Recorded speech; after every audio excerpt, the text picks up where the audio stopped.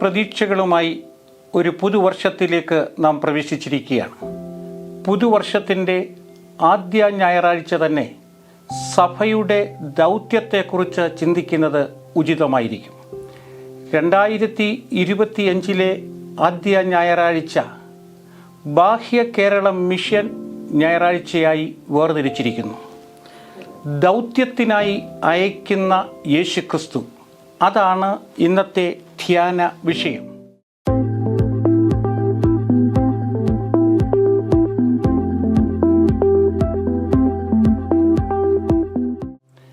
ദൈവരാജ്യത്തിൻ്റെ സുവിശേഷം ഭാരതം എങ്ങും എത്തിക്കുക എന്നതിൽ വളരെയധികം താല്പര്യത്തോടെ പ്രവർത്തിക്കുന്ന ഒരു സഭയാണ് മാർത്തോമാ സഭ.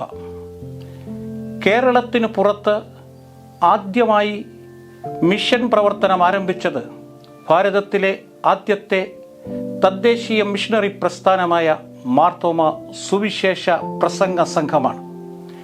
1905 കർണാടകയിലെ കാർവാറിൽ നമ്മുടെ മിഷൻ പ്രവർത്തനങ്ങൾ ആരംഭിച്ചു. തുടർന്ന് ഹോണവാർ, അങ്കോല എന്നിവിടങ്ങളിലേക്ക് പ്രവർത്തനം വ്യാപിപ്പിച്ചു.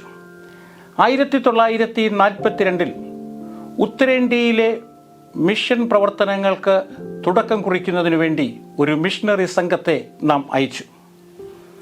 അവർ ആരംഭിച്ചതാണ് സിഹോറ ആശ്രമം. അതിനുശേഷം ഉത്തരേന്ത്യയിൽ നമ്മുടെ മിഷൻ പ്രവർത്തനങ്ങൾ വ്യാപകമായി. ഭാരതത്തിൻ്റെ വടക്കേ അറ്റമായ ടിബറ്റൻ ബോർഡറിൽ വരെ നമ്മുടെ മിഷൻ പ്രവർത്തനങ്ങൾ ഇന്ന് നടക്കുന്നു. ദൗത്യത്തിനായി അയക്കുന്ന യേശുക്രിസ്തു, ഇതാണ് ഇന്നത്തെ ധ്യാന വിഷയം. ദൗത്യം യേശു കർത്താവിൻ്റേതാണ്. നമ്മിലൂടെയാണ് അത് നടപ്പിലാകേണ്ടത്. കാലാകാലങ്ങളിൽ വ്യത്യസ്ത ചുമതലകൾ നിർവഹിക്കുന്നതിനായി ദൈവം വ്യക്തികളെയും സമൂഹങ്ങളെയും തിരഞ്ഞെടുത്തിട്ടുണ്ട്. യേശുവിനെ അറിയുക, യേശുവിനെ അറിയിക്കുക, അതാണ് നമ്മുടെ ദൗത്യം. ആ ദൗത്യം നിർവഹിപ്പാൻ തക്കവണ്ണം വിളിക്കപ്പെട്ട സമൂഹമാണ് സഭ. ഓരോ പ്രാവശ്യം വിളിക്കുമ്പോഴും പ്രത്യേകമായിട്ടുള്ള പല ചുമതലകൾ സമൂഹത്തെ ദൈവം ഏൽപ്പിക്കുന്നുണ്ട്. ഇന്ന് ഒന്നാം പാഠമായിട്ട് നിശ്ചയിച്ചിരിക്കുന്നത് പുറപ്പാട് പുസ്തകം 3-ാം അധ്യായം 1 മുതലുള്ള വാക്യങ്ങളാണ്. ഫറവോന്റെ അടിമത്വത്തിൽ കിടക്കുന്ന ജനതയെ അതിൽ നിന്ന് വിടുവിക്കുവാൻ മോശ എന്ന സാധാരണക്കാരനെ ദൈവം തിരഞ്ഞെടുക്കുകയാണ്. നിലവിളിക്കുന്നവൻ്റെ, ബലഹീനൻ്റെ, പാർശ്വവൽക്കരിക്കപ്പെട്ടവൻ്റെ പക്ഷത്തു നിൽക്കുക എന്നുള്ളത് ദൗത്യമാണ്. അത് നിർവഹിക്കുവാൻ വിളിക്കപ്പെട്ടവരാണ് നാം. 2-ാം പാഠഭാഗം അപ്പോസ്തലന്മാരുടെ പ്രവൃത്തികളുടെ പുസ്തകം 16-ാം അധ്യായം 6 മുതലുള്ള വാക്യങ്ങളാണ്. യൂറോപ്പ് ഭൂഖണ്ഡത്തിലേക്ക് സുവിശേഷദൂതുമായി പൗലോസും സംഘവും പോകുന്നതാണ് ഇവിടെ വർണ്ണിച്ചിരിക്കുന്നത്. മോശയ്ക്ക് മുൾപ്പടപ്പിലാണ് ദൈവം പ്രത്യക്ഷനായെങ്കിൽ പൗലോസിന് സ്വപ്നത്തിലൂടെയാണ് ദർശനം ലഭിക്കുന്നത്. ദൈവം നിയോഗം അവന് ലഭിക്കുകയാണ്. മക്കദോന്യയിൽ ചെന്ന് സുവിശേഷം അറിയിക്കുവാൻ ദൈവം തങ്ങളെ വിളിച്ചു എന്ന ബോധ്യത്തോടെ അവർ മുമ്പോട്ട് പോകുന്നു. സുവിശേഷം അറിയിക്കുവാനായി ദൈവം ഞങ്ങളെ വിളിച്ചിരിക്കുന്നു. ഈ ബോധ്യമാണ് സുവിശേഷ പ്രവർത്തനത്തിന് ഏറ്റവും ആവശ്യമായിരിക്കുന്നത്. ശ്ലീഹാഭാഗമായിട്ട് നിശ്ചയിച്ചിരിക്കുന്നത് റോമാലേഖനം 10-ാം അധ്യായം 9 മുതലുള്ള വാക്യങ്ങളാണ്. രക്ഷയുടെ ദൂത് അറിയിക്കേണ്ടതിൻ്റെ ആവശ്യകത പൗലോസ് അപ്പോസ്തലൻ ഇവിടെ ഊന്നിപ്പറയുകയാണ്. യേശുവിനെ കർത്താവെന്ന് വാഗൊണ്ട് ഏറ്റുപറയുകയും ദൈവം അവനെ മരിച്ചവരിടയിൽ നിന്ന് ഉയർത്തെഴുന്നേൽപ്പിക്കുകയും ചെയ്തു എന്ന് ഹൃദയം കൊണ്ട് വിശ്വസിക്കുകയും ചെയ്യുക. അങ്ങനെ ഒരു സമൂഹത്തെ രൂപപ്പെടുത്തിയെടുക്കുക, അതാണ് നമ്മുടെ ലക്ഷ്യം. എല്ലാ നാവും യേശു കർത്താവ് ഏറ്റുപറയണം. എല്ലാ മുഴങ്കാലും അവൻ്റെ മുമ്പിൽ മടങ്ങണം. ഇതാണ് നമ്മുടെ ലക്ഷ്യം. ഇതെങ്ങനെ സാധ്യമായി തീരും? പൗലോസ് ഉയർത്തുന്ന ചോദ്യങ്ങൾ വളരെ പ്രസക്തമാണ്. പൗലോസ് ചോദിക്കുന്നു, കേട്ടിട്ടില്ലാത്തവനിൽ എങ്ങനെ വിശ്വസിക്കും? വിശ്വസിക്കണമെങ്കിൽ കേൾക്കാൻ കഴിയണം. പ്രസംഗിക്കാനില്ലാതെ എങ്ങനെ കേൾക്കും? പ്രസംഗിക്കാൻ ആളുകൾ ഉണ്ടാവണം. തുടർന്ന് പറയുന്നു, ആരും അയക്കാതെ എങ്ങനെ പ്രസംഗിക്കും? അയക്കുന്നതിന് ആളുണ്ടെങ്കിൽ മാത്രമേ പ്രസംഗം നടക്കൂ. അതായത് പിമ്പിൽ നിൽക്കുവാൻ, ശക്തി പകരുവാൻ, അയക്കുവാൻ ഒരു കൂട്ടമുണ്ടാവണം. അപ്പോൾ മിഷൻ പ്രവർത്തനങ്ങൾ നടക്കണമെങ്കിൽ സഭ അതിൻ്റെ പിന്നിൽ ശക്തിയോടെ നിൽക്കേണ്ടതുണ്ട്. ആ ഉത്തരവാദിത്വം ഏറ്റെടുത്ത് പ്രവർത്തിക്കുക ദൈവം നമ്മളിൽ നിന്നും പ്രതീക്ഷിക്കുന്നതാണ്. ഏവൻഗേലിയോനായി നിശ്ചയിച്ചിരിക്കുന്ന വേദഭാഗം വിശുദ്ധ ലൂക്കോസിൻ്റെ സുവിശേഷം 10-ാം അധ്യായം 1 മുതലുള്ള വാക്യങ്ങളാണ്. ദൗത്യ നിർവഹണത്തിനായി ക്രമീകൃതമായി പരിശീലനം നൽകുന്ന യേശുവിനെയാണ് നാം ഇവിടെ കാണുന്നത്. താൻ തുടങ്ങിവെച്ച ദൗത്യം മുമ്പോട്ട് കൊണ്ടുപോകുവാൻ ഒരു സമൂഹത്തെ ഒരുക്കുക എന്ന വലിയ ജോലിയാണ് കർത്താവ് ഇവിടെ ചെയ്യുന്നത്. താൻ പ്രത്യേകമായി തിരഞ്ഞെടുത്ത 12 അപ്പോസ്തലന്മാരെ കൊണ്ട് മാത്രം ഇത് സാധ്യമാകുകയില്ല എന്നുള്ളത് കർത്താവിന് അറിയാമായിരുന്നു. അതിനായി അവൻ 70 പേരെ തിരഞ്ഞെടുത്ത് ഈ 2 വ്യത്യസ്ത സ്ഥലങ്ങളിലേക്ക് അയക്കുകയാണ്. ഇവരെ തിരഞ്ഞെടുത്തതിൻ്റെ മാനദണ്ഡമെന്ത്, അവരുടെ പേരെന്ത്, അതൊന്നും ഇവിടെ പ്രസക്തമല്ല. അവരുടെ വേല, അതിൻ്റെ ഫലം, അതാണ് പ്രധാനം. വേല ചെയ്യുന്നവരല്ല, വേലയുടെ ഫലമാണ് പ്രധാനം. ഈ ഭാഗം നാം ശ്രദ്ധിക്കുമ്പോൾ ഈ തിരഞ്ഞെടുക്കപ്പെട്ടവർക്ക് വ്യക്തമായ മാർഗനിർദ്ദേശങ്ങൾ നൽകുന്നു. നിങ്ങൾ എവിടെ പോകണം, എന്തു ചെയ്യണം, എങ്ങനെ പ്രതികരിക്കണം, അതായത് ദൈവത്തിൻ്റെ നിയോഗമനുസരിച്ച് പ്രവർത്തിക്കുക. അവർ പോയി മടങ്ങി വന്നിട്ട് സന്തോഷത്തോടെ റിപ്പോർട്ട് സമർപ്പിക്കുകയാണ്. നല്ലൊരു മിഷണറി പ്രവർത്തനത്തിൻ്റെ ഒരു രൂപരേഖയാണ് നമുക്കിവിടെ കാണാൻ സാധിക്കുന്നത്. നിർദ്ദേശങ്ങൾ കൊടുത്തു പറഞ്ഞയച്ചു, മടങ്ങി വന്നപ്പോൾ അവർ റിപ്പോർട്ട് സമർപ്പിക്കുകയാണ്. കർത്താവ് അവരെ അഭിനന്ദിക്കുന്നു, അവരെ പ്രോത്സാഹിപ്പിക്കുന്നു. എന്നാൽ അവരുടെ വീക്ഷണത്തിൽ ഉണ്ടാകേണ്ടതായ വ്യതിയാനം അതെന്ത് എന്നവരെ ഓർമ്മിപ്പിക്കുവാനും ശ്രമിക്കുകയാണ്. ഈ ശുശ്രൂഷ അടിയന്തരമായി നാം ചെയ്യേണ്ടതാണ്. അത് വ്യക്തമാക്കാനാണ് കർത്താവ് പറയുന്നത്, കൊയ്ത്തു വളരെയുണ്ട്, വേലക്കാരോ ചുരുക്കം. യോഹന്നാൻ ശ്ലീഹ ഇതിനെക്കുറിച്ച് പറയുമ്പോൾ പറഞ്ഞിരിക്കുന്നത് കൊയ്ത്തിന് വെളുത്തിരിക്കുന്നു എന്ന്. അതായത് എല്ലാം റെഡിയായിരിക്കുക, അടിയന്തരമായി ചെയ്യണം. ഇപ്പോൾ പ്രവർത്തിക്കാതെ ഇരുന്നാൽ വലിയ നഷ്ടം സംഭവിക്കും. ഭാരത സുവിശേഷീകരണത്തിൽ എന്തെല്ലാം എതിർപ്പുകളുണ്ടെങ്കിലും ഇപ്പോഴും അതിനുള്ള സാധ്യതകളുണ്ട് എന്ന വസ്തുത നാം തിരിച്ചറിയണം. നാം മടിയന്മാരായിരുന്നാൽ കർത്താവിൻ്റെ വേല നടക്കില്ല. അത് കർത്താവിനെ നൊമ്പരപ്പെടുത്തുന്നതാണ് എന്ന വസ്തുത നാം എപ്പോഴും ഓർക്കേണ്ടതുണ്ട്. ഈ വേല ഒറ്റയ്ക്ക് ചെയ്യേണ്ടതല്ല. കർത്താവ് ഈ 2 പേരെ ഒന്നിച്ചാണ് അയക്കുന്നത്. കൂട്ടായ പ്രവർത്തനം, ഒറ്റയൻ മിഷനല്ല, കൂട്ടായ പ്രവർത്തനങ്ങളിലൂടെ ഈ രക്ഷയുടെ ദൂതറിയിക്കുവാൻ നമുക്ക് കഴിയണം. എന്നാൽ ഈ ദൗത്യം അനായാസന നിർവഹിക്കുവാൻ നമുക്ക് കഴിയുകയില്ല. കർത്താവ് പറയുന്നു, പിതാവിനെ അയച്ചതുപോലെ ഞാൻ നിങ്ങളെ അയക്കുന്നു. കർത്താവിനെ അയച്ച പാത മുള്ളുള്ള പാതയായിരുന്നു, ബുദ്ധിമുട്ടുള്ള പാതയായിരുന്നു, കുരിശിലേക്കുള്ള പാതയായിരുന്നു. കർത്താവ് നമ്മെ ദൗത്യമേൽപ്പിക്കുമ്പോൾ അതുതന്നെയാണ് ചെയ്യുന്നത്. കർത്താവ് വ്യക്തമായിട്ട് അവരോട് പറയുന്നു, ചെന്നായിയുടെ നടുവിൽ കുഞ്ഞാടുകളെപ്പോലെ ഞാൻ അയക്കുന്നു. എന്തിന്? ചെന്നായുടെ സ്വഭാവം കടിച്ചു കീറുന്നതും നശിപ്പിക്കുന്നതുമാണ്. അങ്ങനെ സ്വഭാവമുള്ളവരെ കുഞ്ഞാടുകളാക്കി രൂപപ്പെടുത്തുക എന്നുള്ളതാണ്. യെഹസ്കേൽ പ്രവാചകനെ ദൈവം വിളിക്കുമ്പോൾ അവനോട് പ്രത്യേകമായി പറയുന്നു, മനുഷ്യപുത്ര, നീ അവരെ പേടിക്കരുത്.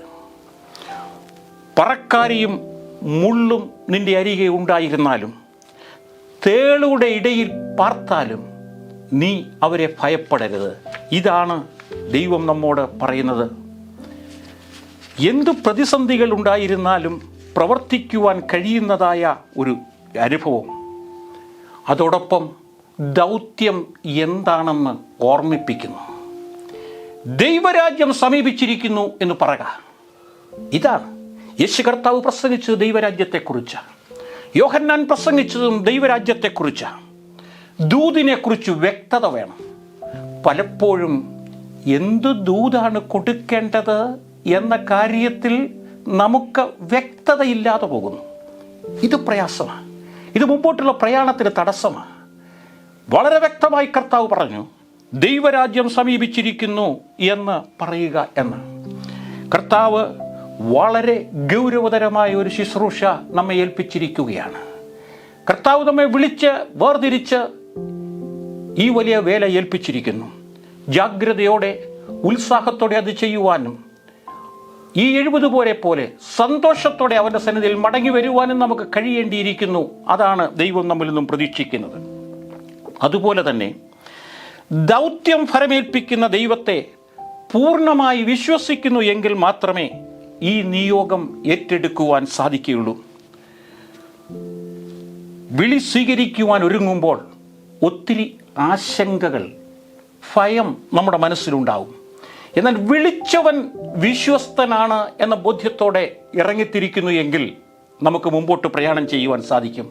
കർത്താവ് ഇവരോട് പറയുന്നു, സഞ്ചിയും പൊക്കണവും ചെരുപ്പും എടുക്കരുത്. ഈ നിർദ്ദേശം അത്ഭുതകരമായി നമുക്ക് തോന്നാം. അതായത് സ്വയസുരക്ഷിതത്തിനു വേണ്ടി, സ്വയസുഖത്തിനു വേണ്ടിയുള്ള കാര്യങ്ങളിൽ നിങ്ങളങ്ങനെ ശ്രദ്ധ കേന്ദ്രീകരിച്ചു പോകരുത് എന്നാണ്. ഇതൊന്നും വേണ്ട എന്നുള്ള അർത്ഥത്തിലല്ല ഇത് പറയുന്നത്. നിങ്ങൾ എന്തിന് പ്രാധാന്യം കൊടുക്കുന്നു, അതിൽ പ്രാധാന്യം കൊടുത്തു കഴിയുമ്പോൾ യഥാർത്ഥ ലക്ഷ്യം നാം മറന്നുപോകും. അതാണ് ഇവിടെ ഓർമ്മിപ്പിക്കുന്നത്. ഇവിടെ സഞ്ചിയും പൊക്കണവും എടുക്കരുത് എന്നൊക്കെ പറയുന്നുണ്ടെങ്കിലും അവർക്ക് വളരെ ആശ്വാസകരമായ ഒരു കാര്യം കൂടെ കർത്താവ് പറയുന്നു. അത് ശ്രദ്ധേയമാണ്. വേലക്കാരൻ തൻ്റെ കൂലിക്ക് യോഗ്യനല്ലോ. സ്വന്തമായി ഒന്നും കരുതാതെ, സ്വസുരക്ഷിതത്വം നോക്കാതെ മിഷൻ പ്രവർത്തനങ്ങൾ ചെയ്തവരെയാണ് ലോകത്തിൻ്റെ ചരിത്രത്തിൽ നാം കാണുന്നത്. പൗലോസ് അപ്പോസ്തലൻ എത്രയോ സ്ഥലങ്ങൾ സഞ്ചരിച്ചിടത്തൊക്കെയും വളരെ വ്യക്തതയോടെ പ്രവർത്തിച്ചു. ഒരു മുന്നൊരുക്കവുമില്ലാതെ, മുൻക്രമീകരണമില്ലാതെ കണ്ടാണ് പൗലോസ് പോയത്. ദൈവത്തിൽ വിശ്വസിച്ചുകൊണ്ട് മുമ്പോട്ട് പോയി. ഭാരതത്തിലേക്ക് വന്ന തോമസ് അപ്പോസ്തലൻ വ്യത്യസ്ത ഭാഷ, വ്യത്യസ്ത സംസ്കാരം, അങ്ങനെ ഒരു സ്ഥലത്തേക്കാണ് വന്നത്. ഇവിടെ വന്നാൽ എങ്ങനെ ജീവിക്കും, എങ്ങനെ മുമ്പോട്ട് പോകും, എങ്ങനെ ആളുകളുമായി ആശയവിനിമയം നടത്തും, ഇതൊന്നും ഒരു പ്രശ്നമായിരുന്നില്ല. സുവിശേഷം അറിയിക്കണം, ആ ലക്ഷ്യത്തോടെ അവർ മുമ്പോട്ട് പോയി. സീഹോറ ആശ്രമം സ്ഥാപിച്ചതായ നമ്മളുടെ പൂർവികർ, അവർ 3 പേര് ഇവിടുന്ന് യാത്ര തിരിക്കുമ്പോൾ എവിടേക്ക് പോകുന്നു, എങ്ങോട്ട് പോകുന്നു, എവിടെ താമസിക്കും, ഇതൊന്നും അവർക്കറിയില്ലായിരുന്നു. ഭാരത സുവിശേഷീകരണം ഒറ്റ ലക്ഷ്യം മാത്രം മുമ്പിൽ വെച്ചുകൊണ്ട് ധൈര്യസമേതം മുമ്പോട്ട് പോയി അവർക്ക് വലിയ കാര്യങ്ങൾ ചെയ്യുവാനായിട്ട് കഴിഞ്ഞു എന്നത്രേ നമുക്ക് മനസ്സിലാക്കാനായിട്ട് സാധിക്കുന്നത്. ടിബറ്റൻ ബോർഡിൽ പോയതായിട്ടുള്ള എ.കെ. ജോർജച്ചൻ, യാത്രാ സൗകര്യങ്ങളില്ലാത്ത സ്ഥലം, താമസ സ്ഥലം ഇല്ല, വഴിയോരങ്ങളിലും കടത്തിണ്ണകളിലും ഉറങ്ങി ഭയാശങ്കയില്ലാതെ സുവിശേഷം പ്രസംഗിച്ചു. എത്ര അനുകരണീയമായ മാതൃക! ഇങ്ങനെ ആത്മാർത്ഥതയോടെ നമുക്ക് പ്രവർത്തിക്കാനായിട്ട് കഴിയണം. പ്രവർത്തിച്ചാൽ എല്ലാം വിജയമാകണമെന്നില്ല. തിരസ്കരണം ഉണ്ടാകുമെന്നുള്ള മുന്നറിവും കർത്താവ് നൽകുന്നുണ്ട്. ആ തിരസ്കരണത്തെയും സന്തോഷത്തോടെ സ്വീകരിച്ച് മുമ്പോട്ട് പോകാനായിട്ട് സാധിക്കണം. അവരുടെ മനസ്സിൽ ഒത്തിരി ഭയാശങ്കകൾ ഉണ്ടായിരുന്നു. അതിനൊന്നും വ്യക്തമായ മറുപടി കർത്താവ് കൊടുക്കുന്നില്ലെങ്കിലും ഒരു കാര്യം അവരോട് പറഞ്ഞു, നിങ്ങളുടെ പേര് സ്വർഗത്തിൽ എഴുതിയിരിക്കുന്നു എന്നതിൽ സന്തോഷിപ്പീൻ. ഇതിൽ കൂടുതൽ എന്ത് അനുഗ്രഹമാണ് നമുക്ക് വേണ്ടത്? നമ്മുടെ പേര് സ്വർഗത്തിൽ എഴുതുക. കർത്താവിൻ്റെ ദൂതുമായി പോയാൽ സ്വർഗത്തിൽ പേരെഴുതപ്പെട്ടവരായി തീരുവാൻ കഴിയുന്ന, സ്വർഗത്തിനാൽ അംഗീകരിക്കപ്പെടുന്ന അനുഭവമായി തീരുക, ഇതേറ്റവും ധന്യമായ അനുഭവമാണ്. ദൗത്യ നിർവഹണത്തിൽ പങ്കാളികളാകുമ്പോഴും എൻ്റെ സ്ഥാനം എന്താണ്, എൻ്റെ റോൾ എന്താണ്, ഇതിനെക്കുറിച്ച് നമുക്ക് വ്യക്തതയുണ്ടാവണം. അപ്പോൾ നാം വിളിക്കുന്നു, ആ വിളി സ്വീകരിക്കുന്നു. അപ്പോൾ എൻ്റെ റോൾ എന്ത് എന്നതിനെക്കുറിച്ച് വ്യക്തത വേണം. കർത്താവ് ഇവിടെ പറയുന്നു, തനിക്ക് മുമ്പായി 2 അയച്ചു എന്നാണ്. മുമ്പിൽ അയക്കപ്പെട്ടവർ, മുമ്പേ പോകുന്നവർ, പുറകെ പോരുന്നവർക്ക് വേണ്ടി വഴിയൊരുക്കേണ്ടവരാണ്. കർത്താവിൻ്റെ പ്രവർത്തനങ്ങൾക്ക് വഴിയൊരുക്കാൻ, അതിനുവേണ്ടിയാണ് ഈ 70 പേരെ അയച്ചത്, സഭയെയും അയക്കുന്നത്. കർത്താവിന് വഴിയൊരുക്കുക എന്നതാണ് നമ്മുടെ ചുമതല. എന്നാൽ നാം ഇന്ന് വഴിയൊരുക്കുന്നവരോ വഴി മുടക്കുന്നവരോ പരിശോധിക്കേണ്ടിയിരിക്കുന്നു. യോഹന്നാൻ സ്നാപകൻ ഈ ശുശ്രൂഷ വളരെ ഭംഗിയായി നിർവഹിച്ച വ്യക്തിയാണ്. മുമ്പേ പോകുന്നവർ ശ്രദ്ധിക്കേണ്ടതും നിർവഹിക്കേണ്ടതുമായ കാര്യങ്ങളെല്ലാം യോഹന്നാൻ നമുക്ക് കാണിച്ചു തന്നു. മുമ്പേ പോകുന്നവർ തങ്ങളെ തന്നെ എസ്റ്റാബ്ലിഷ് ചെയ്യാൻ ശ്രമിക്കരുത്. യോഹന്നാനോട് ചോദിച്ചു, നീ മശിഹായാണോ? യോഹന്നാന് വേണമെങ്കിൽ അവകാശവാദം ഉന്നയിക്കാമായിരുന്നു, അവർ അത് സമ്മതിക്കുമായിരുന്നു. പക്ഷെ അവൻ പറഞ്ഞു, ഞാൻ വഴിയൊരുക്കുന്നവൻ മാത്രമാണ്. മുമ്പേ പോകുന്ന നാം പലപ്പോഴും എല്ലാം പിടിച്ചടക്കാനും ആധിപത്യം സ്ഥാപിക്കാനും ശ്രമിക്കുന്നു. അതുകൊണ്ട് കർത്താവിന് നമ്മുടെ പിമ്പേ വരാൻ പറ്റില്ല. നമ്മുടെ ലക്ഷ്യം കർത്താവിൻ്റെ പ്രവർത്തനങ്ങൾക്ക് വഴി ഒരുക്കുക എന്നുള്ളതാണ്. വഴി ഒരുക്കുവാൻ തക്കവണ്ണം നാം ശ്രമിക്കണം. മുമ്പേ പോകുന്നവർ പിമ്പേ വരുന്നവർക്ക് വേണ്ടി വഴിയൊരുക്കണം. ദൈവം നമ്മെ പരിശീലിപ്പിച്ചയക്കുകയാണ്. ഭയാശങ്കകൾ മാറി ധൈര്യത്തോടുകൂടി ശുശ്രൂഷയ്ക്കായിട്ട് നമുക്ക് ഇറങ്ങിത്തിരിക്കാം. അതോടൊപ്പം എൻ്റെ റോൾ എന്താണ് എന്നതിനെക്കുറിച്ച് നമുക്ക് വ്യക്തത വേണം. വഴിയൊരുക്കുന്ന ജോലിയാണ് എന്നെ ഏൽപ്പിച്ചിരിക്കുന്നത്. ഈ ശുശ്രൂഷ നിർവഹിക്കുമ്പോൾ നമ്മുടെ ജീവിതം ധന്യമായി തീരും. ഒരു കഥ പറഞ്ഞ് ഞാൻ എൻ്റെ വാക്കുകൾ അവസാനിപ്പിക്കുകയാണ്. സ്ട്രീറ്റ് ലൈറ്റ് എന്ന പേരിൽ ഉള്ള ഒരു ഷോർട്ട് ഫിലിം ഉണ്ട്. ഒരു നാട്ടിൻപുറത്തുള്ള ഒരു ചെറിയ കവലയാണ് ഇവിടെ ചിത്രീകരിച്ചിരിക്കുന്നത്. സന്ധ്യാസമയം, വഴിവിളക്കുകൾ കത്തുന്നില്ല, കറണ്ടില്ല, അവിടെ കടകളിൽ വെട്ടമില്ല, ആകപ്പാടെ അസ്വസ്ഥതയാണ്. കറണ്ടില്ലാത്തപ്പോൾ സാധാരണ നാം വിളിക്കുന്നത് ഇലക്ട്രിസിറ്റി ഓഫീസിലേക്കാണ്. അവിടെ നിന്നും ഒരാൾ അടുത്തുണ്ടായിരുന്ന ഇലക്ട്രിസിറ്റി ഓഫീസിൽ വിളിച്ചിട്ട് ഞങ്ങളുടെ സ്ഥലത്ത് കറണ്ടില്ല എന്ന് പരാതിപ്പെട്ടു. പെട്ടെന്ന് പ്രതികരണമൊന്നും ഉണ്ടായില്ല. വീണ്ടും ഇയാൾ വിളിച്ചു. നിരന്തരം വിളിച്ചുകൊണ്ടിരുന്നു. പല പ്രാവശ്യം വിളിച്ചു കഴിഞ്ഞപ്പോൾ ഇലക്ട്രിസിറ്റി ബോർഡിലെ ഉദ്യോഗസ്ഥർ വന്ന് കറണ്ട് ശരിയാക്കി. കറണ്ട് അവിടെ വെളിച്ചം വന്നു.